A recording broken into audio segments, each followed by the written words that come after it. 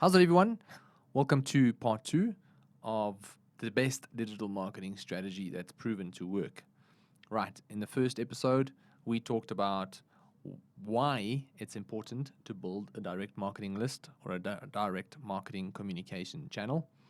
Today, we're going to talk about the best ways you can go about building your direct marketing list and communication channel. So I'm not going to do too much of an introduction. If you haven't watched the first video or haven't listened to the previous podcast, then it's really important that you go back and try and understand how building a direct marketing list or direct marketing channel can help you increase the profitability of your digital marketing campaigns and also the growth of your business, obviously. So without further ado, I'm just going to dig and dive straight in to the three best strategies that we've seen work really, really well for some of our clients. Right, the first one is giveaways. Now, when I launched my internet business back in 2011, my first internet business, I went from 10,000 people following my Facebook page to 100,000 in a matter of weeks. And all I did was I reached out to sports nutrition brands and I asked them, hey guys, do you want to sponsor some products for our Facebook page? We want to do a giveaway. In exchange, you're going to get a lot of attention and you're going to reach a lot of people. And at that time, it was a new thing. Brands were like, sure, we'll do that. We don't mind. In exchange, they got a lot of attention, and my fan base exploded. And my database obviously exploded as well. Now, it is true, giveaways don't necessarily work that well anymore compared to how it worked back in the day, especially when you're using social media, for example, Facebook or Instagram. But the reality is, it's still really, really powerful. It is, and I think it's really important that we understand that everybody still enjoys winning something.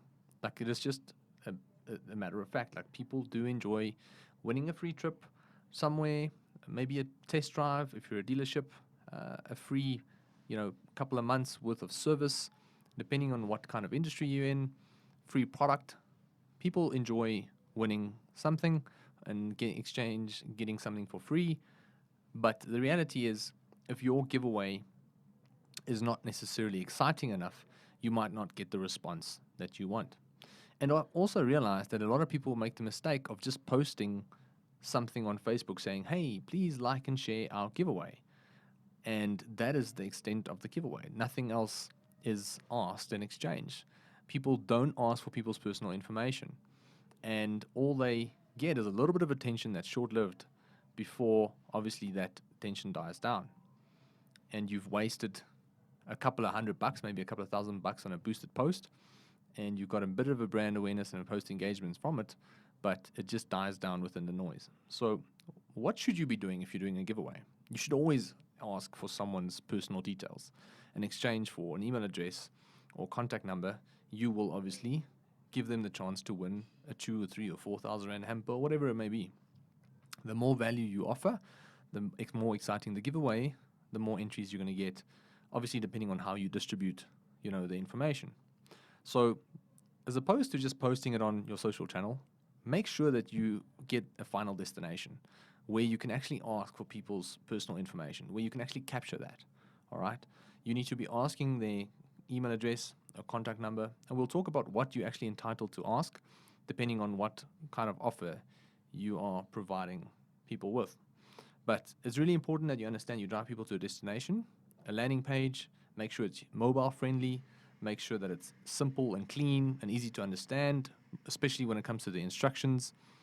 And, the more complicated it is, essentially, the more difficult it's going to get entries for your competition.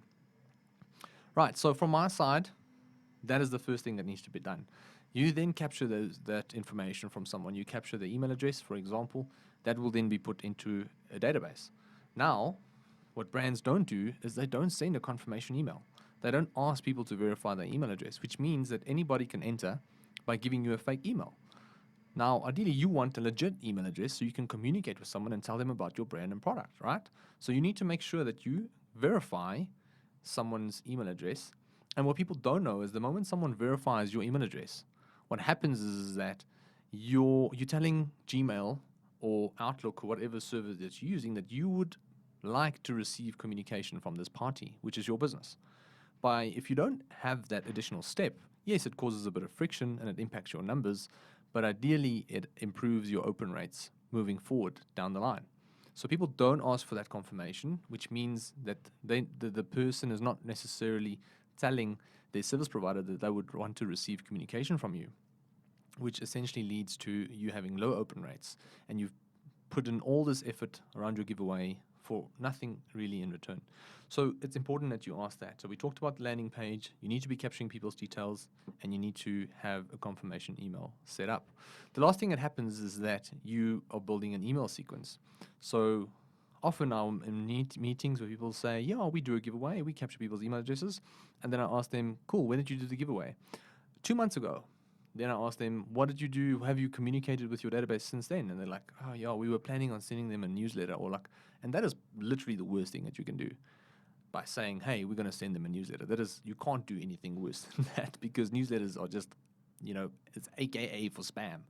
And that's the last thing you want to do. You want to ensure that you put them in an automated email sequence where you nurture them and warm them up towards your brand. But you can't just go, hey, thanks for entering our competition. Here's our awesome products. Please buy it from us. It's a matter of going, that's a bit of aggressive, and people will end up unsubscribing. It's a matter of going, hey, thank you for entering our giveaway. My name is Yandre. I'm the founder of V8. If you entered this giveaway, then you're obviously serious about growing your business, which gets me excited. So for the next couple of weeks, I'm going to share some growth strategies with you absolutely for free if you're interested. All you have to do is just keep an lookout for my emails. Right, so that is how I approach the bridge between a giveaway and getting someone in weekly comms, where they can warm up and learn a little bit more about our business and our services. And that's ideally email 1. Email 2 is now 2 or 3 days down the line, or maybe next week, but it's all automated. You're not emailing these individuals automatically. You're not putting the pressure on yourself to actually go and create this content for these mails. It happens automatically in the back end. And it goes, hey, here's the first strategy that I wanted to share with you. This is something I really think will help your business, and here's why. And that's literally how you go about, working with the information that you've gotten from the giveaway. But what people don't know is that the value of the giveaway needs to equal the personal information required. And what I mean by that is that if you're going to expect someone to give a lot of information of themselves to you, then you're going to have to reciprocate in value, right? And how that looks is, it's literally like if your value was, let's say, for example, over here, like a couple of $100, then you can't ask for more than an email address. In fact, you can't actually really ask for anything, because $100 is really nothing today. It's really nothing at all. So it's really important that you ensure that you reciprocate in value. So if you're going to ask someone for an email address and a contact number, you need to make sure that the value is justified. And this might be 1,500 Rand, 2,000 to 3,000 Rand worth of products that you're giving away that would get someone excited and will justify them giving more information. If you want additional information, like what company you're working at, or if you're a nutrition brand, what is your fitness goal, what is your body fat, what is your favorite supplement brand, I don't know. Essentially, if you are looking at getting any additional information out of someone, it's important that you reciprocate in value by making the offer more attractive. All right, so that's a very important rule not to be forgotten. Then the next step is ebooks or reports. And this is something that we do for our own business. Go look at www.v8media.co.za. You'll see that we have an ebook that we give away. It's free information. It's the 5 sales killer mistakes companies make when it comes to growing their businesses. And we believe that people obviously make a massive mistake, 5 of them, in fact, and that is why we offer this information up for free. But what happens now is that once someone downloads the ebook, then we put that person into a database. And essentially what happens is that, again, similar to how we approached the giveaway, we send out an email sequence. Hi, my name is Yandre. I saw that you downloaded the ebook. How did you find the ebook? Do you have any questions about the ebook? Do you mind if I introduce myself and my business to you? That's me passively reaching out, asking questions, getting them to engage with me, warming up to me, and building trust and credibility with me as a business owner. And that is when I say, look, if you've downloaded this ebook, you're obviously, serious about growing your business. If that's the fact, then I'm going to send you weekly advice on how to go about doing that with no expectation in return. All you have to do is keep a lookout for our emails. And essentially, I just send those emails out on a weekly basis. And that's how we reciprocate value in exchange for credibility and trust. Now, the more value you add, this is what people don't understand.